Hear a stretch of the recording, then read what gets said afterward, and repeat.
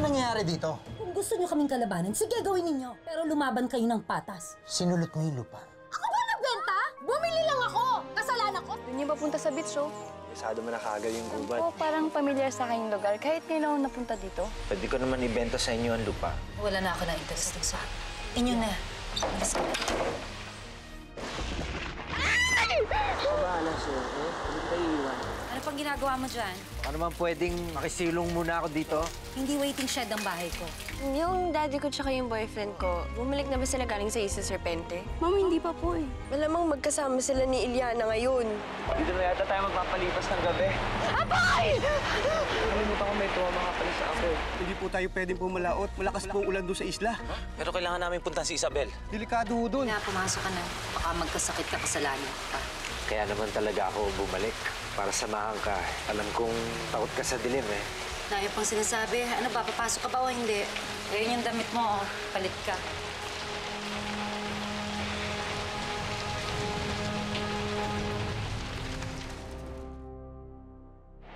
Alam mo, buti ka nga eh. Sa kulog ka lang natatakot.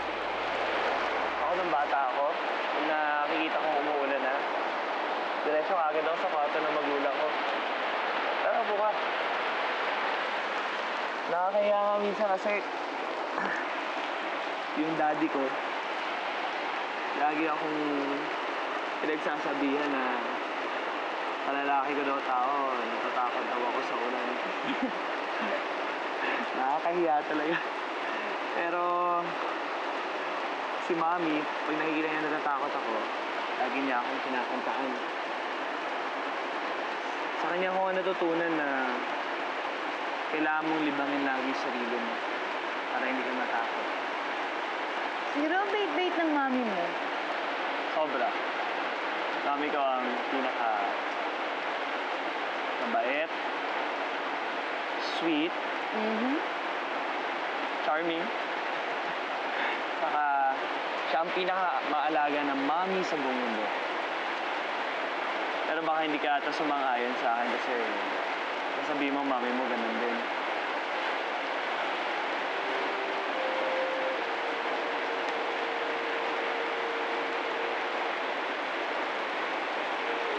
Hindi nga eh. Hindi ko pa kasi siya nakikilala.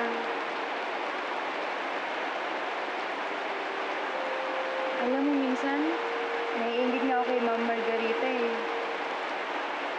Kasi nandun yung nanay at tatay niya. Alam mo siguro kung ako si Ma'am Margarita, hindi ako makikipag-away sa nanay at tatay ko. Tingin ko nga hindi mo gagawin. At nakikita ko na isa kang mabait at gusto mong rin na anak. Di ka ba nababato na kasama mo ako? Pasensya na kung wala tayong magawa dito, ha? Ano ka ba? Okay lang ako. Tsaka kahit naman wala tayong ginagawa dito, masaya pa rin ako eh. Kasi nag-uusap naman tayo. Siguro kung nandito si Marga, ako sobrang daming reklamo ko kaya makukuha sa kanya. Ito, dahil doon, dahil dito. Para sa akin, happy na rin ako sa ganitong usapan eh. Thank you. Mababaw lang naman kasi yung kaligayahan ko eh. Mababaw. Ako, hindi mababaw yun. Para sa akin, malaking bagay mo. Importante kasi sa akin ng communication ng ibang tao para mas makilala nilang isa't isa. Kaya na, salamat ha. Ngayon lang talaga ako pag-usap ng ganito ulit. Thank you.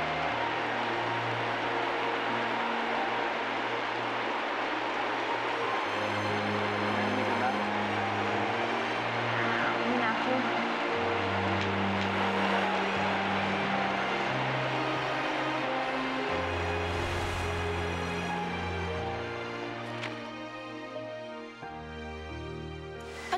amoy?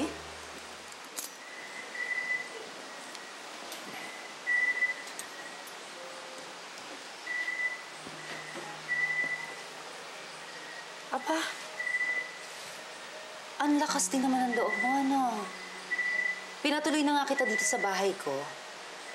Nakuha mo pa makikain? Hinanda ko to para sa'yo.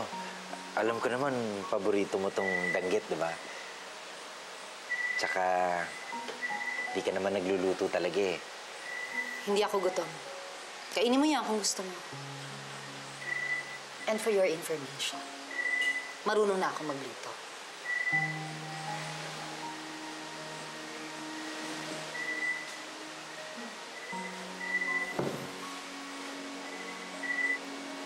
O sige. Sigurado ka, ha? Ako, kakain na ako kasi sayang naman, baka mapanis to. Tsaka mabango eh, parang sarap.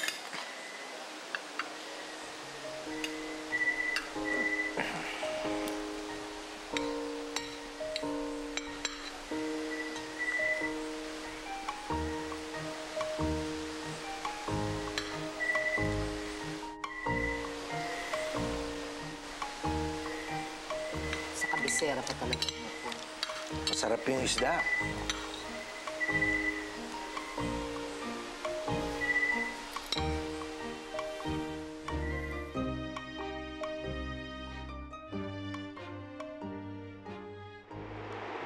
Hindi ka natakot sa apoy? Takot ka din. Pero gaya nga ng sabi ni Julian, huwag ko na lang daw pansinin. Saka kailangan ko rin naman to eh. Baka lamigin ako.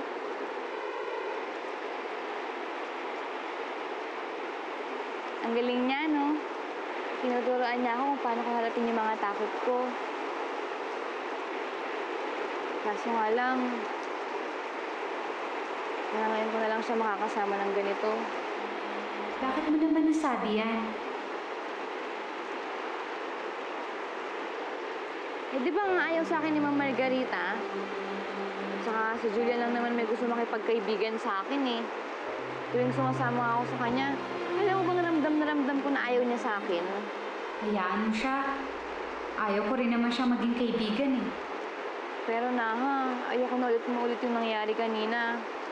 Hanggat maaari, siguro ako na lang ang iiwas.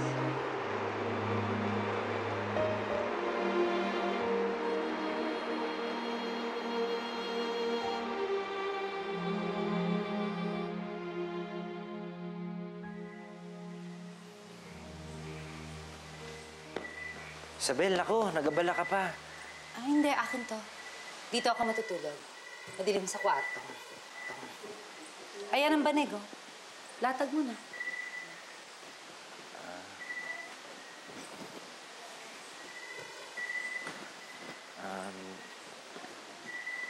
Sige. Hindi na lang ako matutulog. Dito na lang ako, babantayan kita habang natutulog ka. Sige, matulog ka na. Bahala ka. Lamuking ka dyan. Ano ba pwedeng makisilong muna ako dito? Hindi waiting shed ang bahay ko. Bakit ba hindi kita maiwan-iwan? Alam ko mali ito. May asawa na tayong pareho. Pero Isabel, hindi kita kayang pabayaan. Kahit pa galit na galit ka sa akin.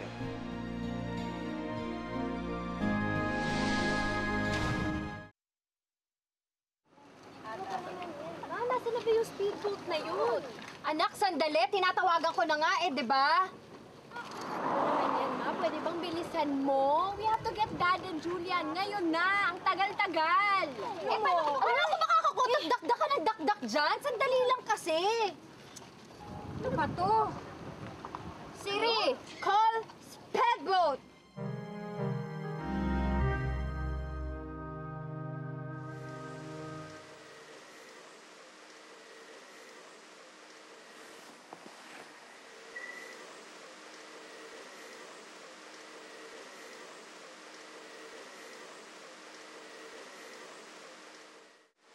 Isabel, pinag-igib kita ng tubig.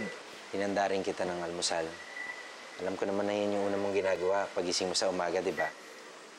Naliligo ka, tapos nag-aalmusal. Tigilan mo nga ako, Emma. Ano ba talaga ang gusto mong mangyari? Bakit nang babait-baitan ka? Kung inaakala mo na mauuto mo na naman ako, nagkakamali ka. Dahil dala na ako sa'yo.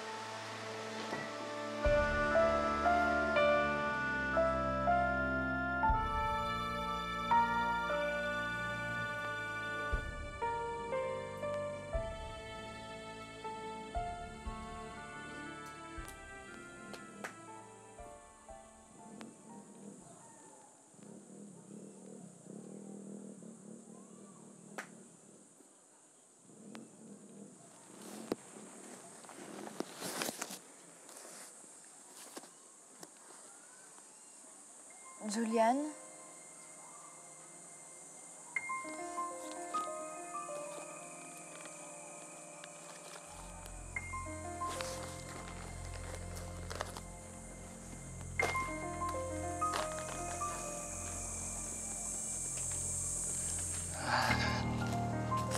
Uy, buko. Ito, okay itong pagkain na to. Yes.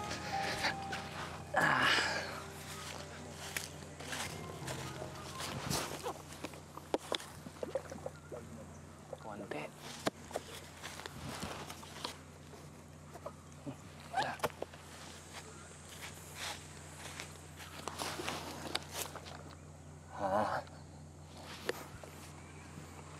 Okay na siguro tong agahan namin ni Eliana.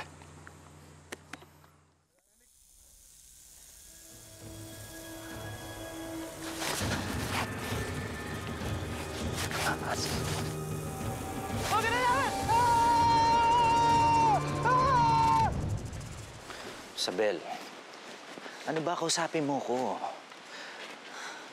Pwede ba tigilan mo na ako, Eman? Ano ba nangyari sa atin? Ano ba nangyari sa'yo? Ba't ka galit na galit sa akin? Tinatanong mo ba? Ano ba ang ginawa niyo? Diba sinulot niyo mga business partners namin? Tapos sino ba ang sumulot na naman ng lupa na dapat ay bibili namin? Di ba kayo pa rin? Kaya naman ako nakikipag-ayos sa'yo eh. Pero bago pa mangyari ang lahat ng ito, ang tindi na ng galit mo sa akin. Nung nagkita tayo sa trade fair, kulang na lang murahin mo ko. Bakit? Ano ang gusto mong gawin ko? Matuwa ako na nagkita tayo ulit? Ano ba ang ginawa mo? Anong ginawa mo sa akin dati? Iniwan mo ko. Niloko mo ko, pinaniwala mo ko, na mahal mo ko. Pero ngayon na alam ko na, hindi na ulit ako magkakamalang magtiwala sa'yo, Emma. Kaya tigilan mo na to. Tigilan na natin to, tigilan mo na ako. Hindi kita iniwan. Buong akala ko patay ka na. Yan ang sinabi sa akin ni Itay. Yan ang sinabi sa akin ni Nora. Dahil yan ang sinabi ng nanay mo.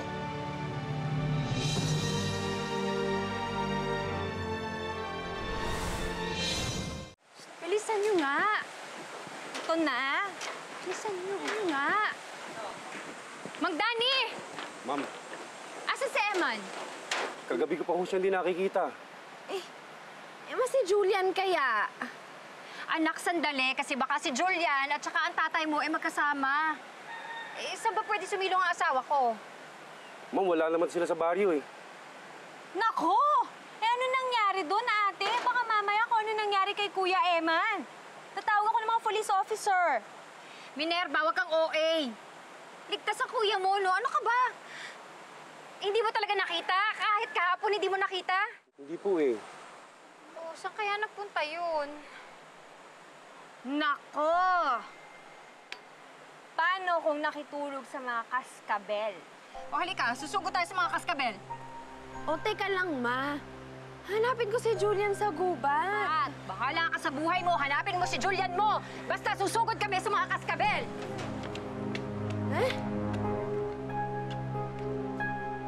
Julian! Mga Nardo, kayo na pong bahala sa mga gamit. Punta ko na si Isabel sa bahay. Sige boss, ako nang bahala dito.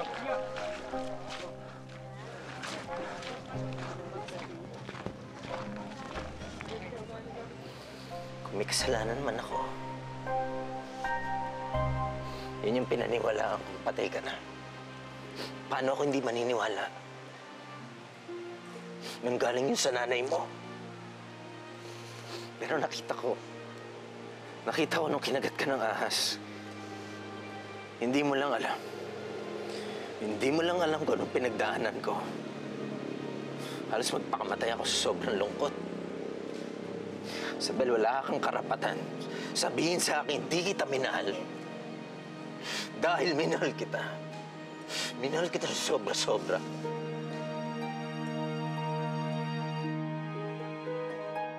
Julian! Julian! Nasaan ka, Julian? Julian! Julian! Julian! Julian!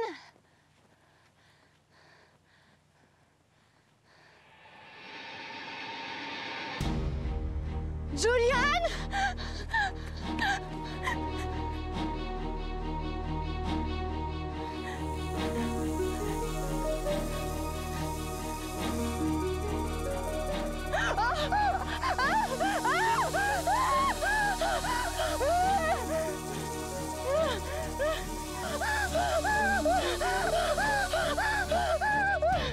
Hindi totoo yan.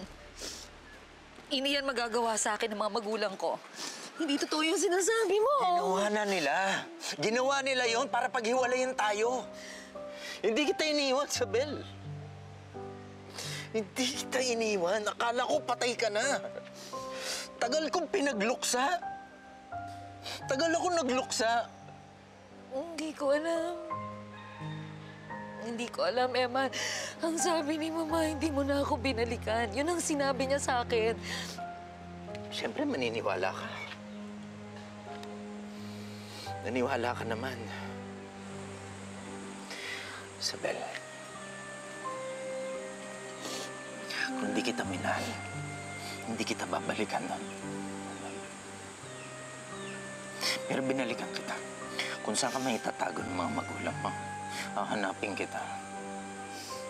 Kahit saan lupalop. Hindi sila nagsinungaling sa atin nun. Kasama pa rin tayo hanggang ngayon.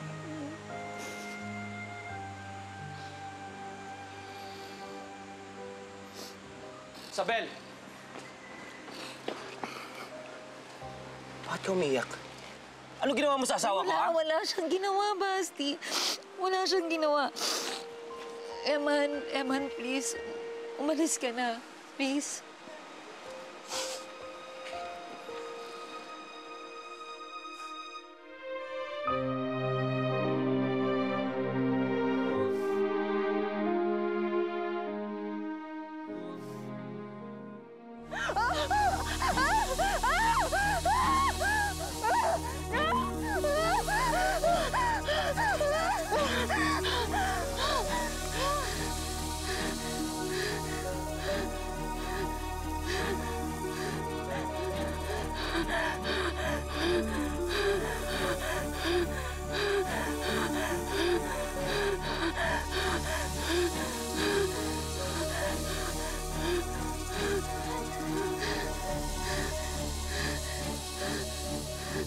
Liana, ayos ka lang ba? Julian! Julian! Julian! Lumisig ka, Julian! Julian! Julian! Julian! Ano, Eliana? Nakagat pa siya? Tumitibok pa yung puso niya na, ha? Julian, gumising ka na, oh. Julian. Julian!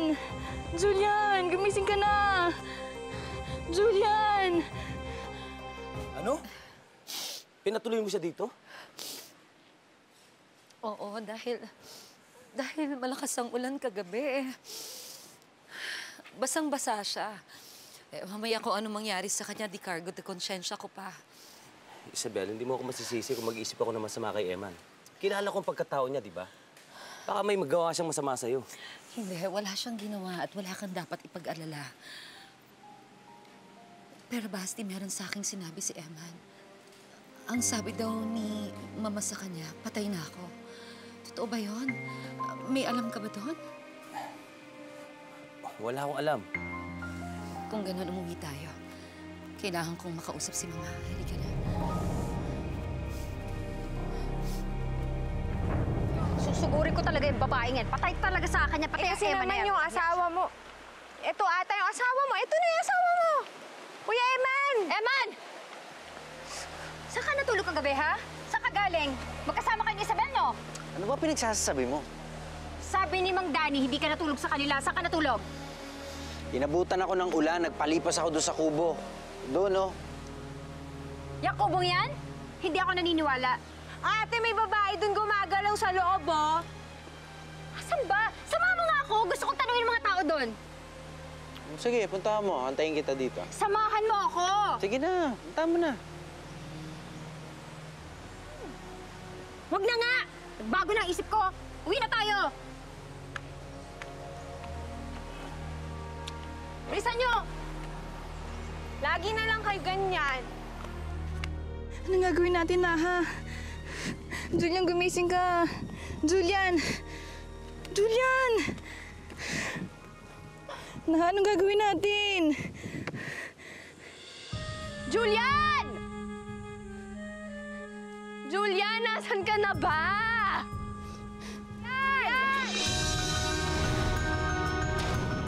Julian! Julian, nasan ka ba? May paparting yatang tao na... Julian! Magtago ka muna. Julian! Julian! Nasan ka na ba? Tulungan niyo kami! Julian, nasan ka ba? Julian! Julian? Julian! Oh my... Julian! Mas ka nga dyan, anong ginawa mo sa kanya? Julian! Julian! Julian! Julian! Julian! Anong nangyari sa kanya? Julian! Nawalan siya ng malay nung puluputan siya ng ahas. Ano? Julian! Naku, Eliana, magdasal kang walang mangyaring masama sa kanya. Kung hindi! Julian! Julian! Julian!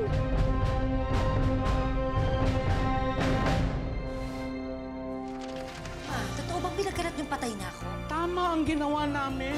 Yun ang intindihin mo. Eh bakit pag galit na galit ka? May gusto ka pa ba sa Emma na yun?